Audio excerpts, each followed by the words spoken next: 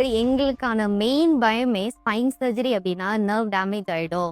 இல்ல பேரலைஸ் ஆயிடுவாங்க. கை, கால் இழுத்துக்குன்ற மெயினான பயமே இருக்கு. இப்ப எண்டோஸ்கோபி பண்ணா அந்த பயம் இருக்காதா? இருக்குமா? எண்டோஸ்கோபி ட்ரெயின் ஆனவங்க பண்ணும்போது அதுக்கும் 1% ரிஸ்க் தான் உண்டு. ட்ரெயின் ஆகாம புதுசா ட்ரெயின் ஆகணும்னு நினைச்சா கஷ்டம் தான். சரி, இதுக்கு இந்தியால நம்மளோட தமிழ்நாட்டுல காஸ்ட் எல்லாம் எவ்வளோ ஆகும் சார்?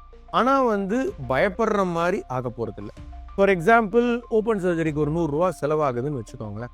எண்டோஸ்கோபிக் சர்ஜரிக்கு ₹1,00,000 செலவாகாது. ₹200 ₹250 செலவாகும்.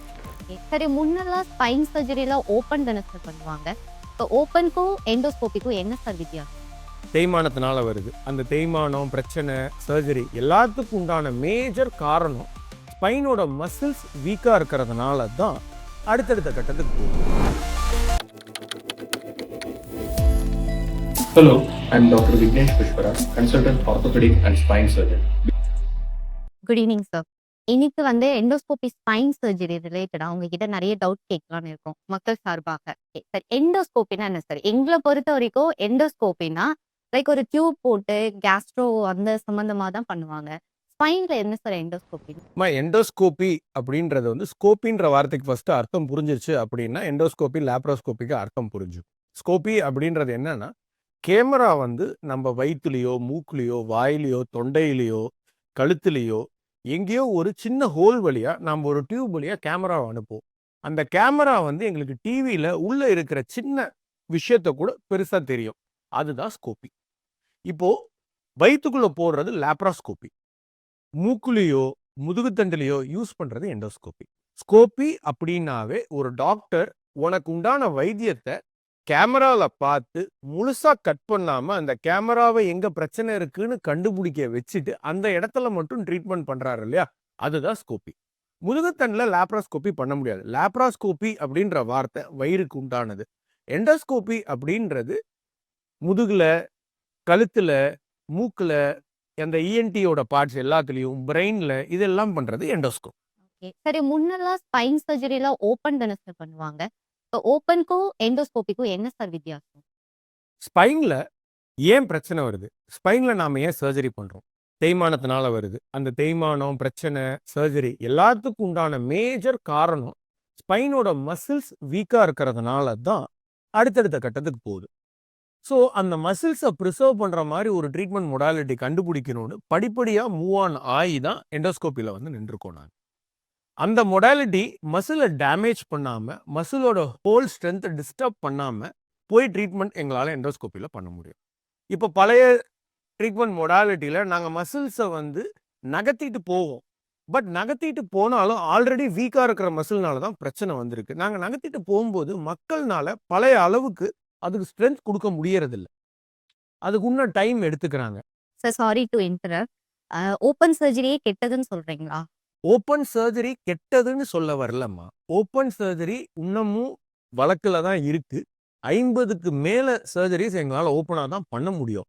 எங்களால ஒரு சில சர்ஜரிஸ் எண்டோஸ்கோப்பினால பண்ண முடியும் போது அந்த பெனிஃபிட்டை மக்களுக்கு கொடுக்கலாம் இல்லையா, அந்த இடத்துல தான் எண்டோஸ்கோப்பி தேவைப்படுது. சரி, இப்ப எண்டோஸ்கோபினா எப்படி பண்ணுவீங்க சார்?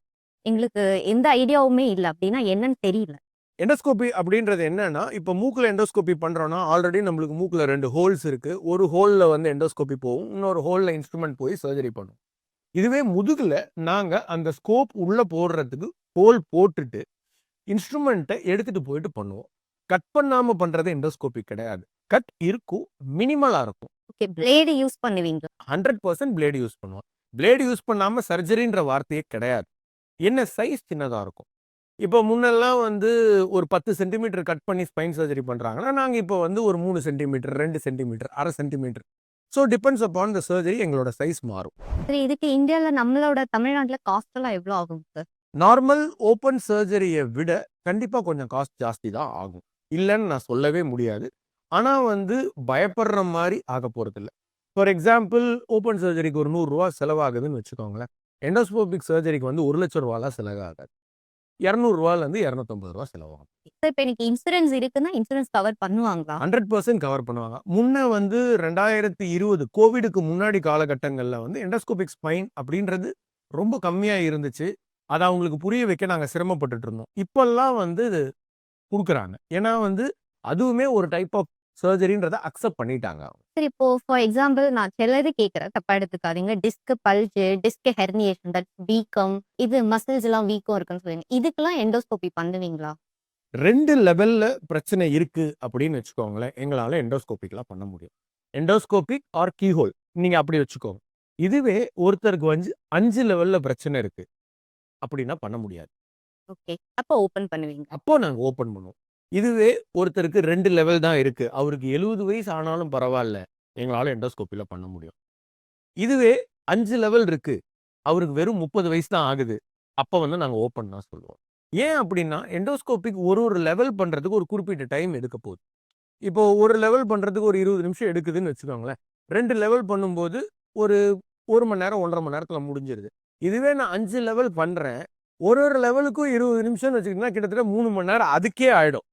அது கூட வந்து மயக்க மருந்துக்கு உண்டான டைம், முன்னாடி, பின்னாடி, மயக்கத்திலேருந்து வெளியில வர்றது. சர்ஜரிக்கு மட்டும் ரிஸ்க் கிடையாது. மயக்கம் ரொம்ப நேரம் ஒருத்தர் குடுக்குறதும் ரிஸ்க் இல்லையா? உயிரா? இல்ல வந்து நம்ம ரிசல்ட்டான்னு தேடும்போது, உயிர் தான் ஃபர்ஸ்ட்.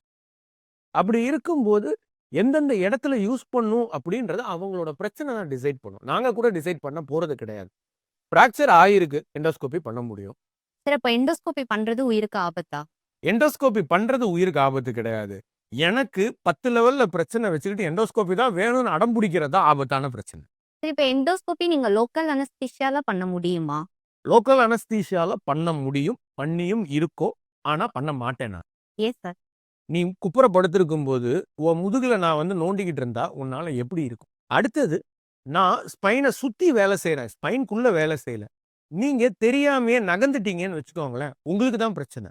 நான் தெரியாம நகர்ந்துட்டேன் சார், சாரி சார்ன்னு நீங்க சொல்லலாம். ஆனா, நான் நரம்பு டேமேஜ் ஆயிடுச்சுமா சாரின்னு சொல்ல முடியாதுல்ல. சரி எங்களுக்கான மெயின் பயமே ஸ்பைன் சர்ஜரி அப்படின்னா நர்வ் டேமேஜ் ஆயிடும்.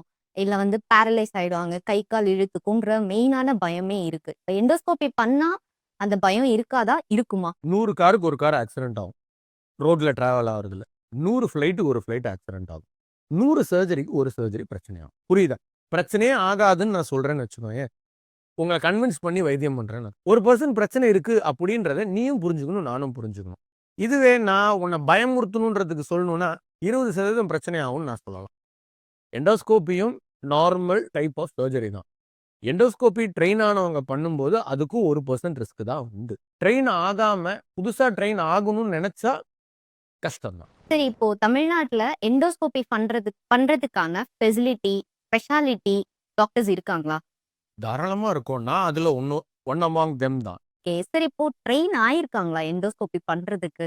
50% ஆட்கள் நாங்க ட்ரெயின் ஆயிட்டோம். 50% யங்ஸ்டர்ஸ் ட்ரெயின் ஆயிக்கிட்டே இருக்காங்க. பண்ண முடியாதுன்னு கிடையாது. கத்துக்கலைன்னு கிடையாது. கத்துக்கிட்டே தான் இருக்கோம் நாங்க. ஓகே. சார் நீங்களே யங்ஸ்டர் தானே சார்? யங்ஸ்டர்லாம் கிடையாதும்மா. ஃபீல்டுக்கு வந்து கிட்டத்தட்ட 14 வருஷம் ஆச்சு. ஸ்பைன் மட்டுமே கிட்டத்தட்ட 13 வருஷமா நான் பண்ணிட்டு இருக்கேன் நானு. இதுக்கப்புறமா இத கேள்வி நீ கேட்டதுனால நான் சொல்றேன் நானு. நான் 13 வருஷத்துக்கு முன்னாடி முடிச்சுட்டு வரும்போது கீஹோல் கிடையாது, எண்டோஸ்கோபிக் கிடையாது, மைக்ரோஸ்கோபிக் கூட கிடையாது. எல்லாமே ஓப்பன் சர்ஜரி தான். படிப்படியா அட்வான்ஸ்மென்ட் வர நான் கத்துக்கிட்டேன். என்னோட கலீக்ஸ் எல்லாருமே கத்துக்கிட்டே தான் இருக்காங்க. பேஷண்ட் நடுவுல கேட்பாங்க, சார் 3 மாசம் நீங்க காணோம், 6 மாசம் நீங்க காணோம், 6 வாரம் காணோன்றாங்க. இதெல்லாம் போய் நாங்க அப்ராட் போய் ட்ரெயின் ஆயிட்டு வர காரணத்தினால தான் நாங்க எல்லாருமே நடுவுல ஒரு பிரேக் எடுக்க வேண்டியதா இருக்கு. இப்ப நான் 14 வருஷத்துக்கு முன்னாடி முடிக்கும் போதோ, இல்ல கத்துக்க ஆரம்பிக்கும் போதோ இருந்த ஓப்பன் சர்ஜரியே பண்ணிட்டு இருக்கேன். நான் நடுவுல லீவே எடுக்கல. வெளியில போய் கத்துக்கவே இல்லன்னா, நான் இன்னும் ஓப்பன் சர்ஜரி தான் பண்ணிட்டு இருக்க போறேன். நான்றத விட எங்க எல்லாருக்குமே இது பொருந்தும். டாக்டர் நடுவுல இல்ல அப்படின்னா வெக்கேஷனுக்கு எப்பயும் போறதில்ல. போய் கத்துக்கிட்டு திரும்பி வந்து ட்ரீட்மெண்ட் பண்றோம் நாங்க. ஏன்னா we have to stay with advances. இப்ப நான் கத்துக்கிட்டு வந்த புதுசுல சென்னையில இன்ஃப்ராஸ்ட்ரக்சரே அதுக்கு கிடையாது. ஸ்லோவா நாங்க பண்ணி பேஷண்ட்டுக்கு புரிய வச்சு, அடுத்தது அட்மினிஸ்ட்ரேஷனுக்கு புரிய வச்சு, இங்க தேவையான இன்ஃப்ராஸ்ட்ரக்சரை வாங்கி, அந்த இன்ஃப்ராஸ்ட்ரக்சரை யுட்டிலைஸ் பண்ணி அவங்களுக்கு ரிசல்ட் குடுக்கணும்.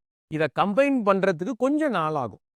இப்போ டெல்லியில வந்து எண்டோஸ்கோபி வந்து 2000ல பண்ணாங்கன்னு வச்சுக்கோயேன். நாங்க வந்து 2005, 2006 அந்த ஒரு 3லேருந்து 4 வருஷம் கேப்ல தான் நாங்க பண்ணுவோம். ஆனா துபாயில இன்னமும் பண்ண ஆரம்பிக்கல. இதுவே யூரோப்பியன் கண்ட்ரீஸ்ல வந்து எங்களுக்கு முன்னாடி 50 வருஷமாலாம் அவங்க நியூவர் மொடாலிட்டிஸ் பண்ணல. எங்களுக்கு முன்னாடி மிஞ்சி போனா ஒரு 2 வருஷம், 3 வருஷம் பண்ணியிருப்பாங்க. So we are bringing the advances. But it takes some time. நம்மளோட டைம் மக்களுக்கு குடுக்கறதுக்கு தேவைப்படுது.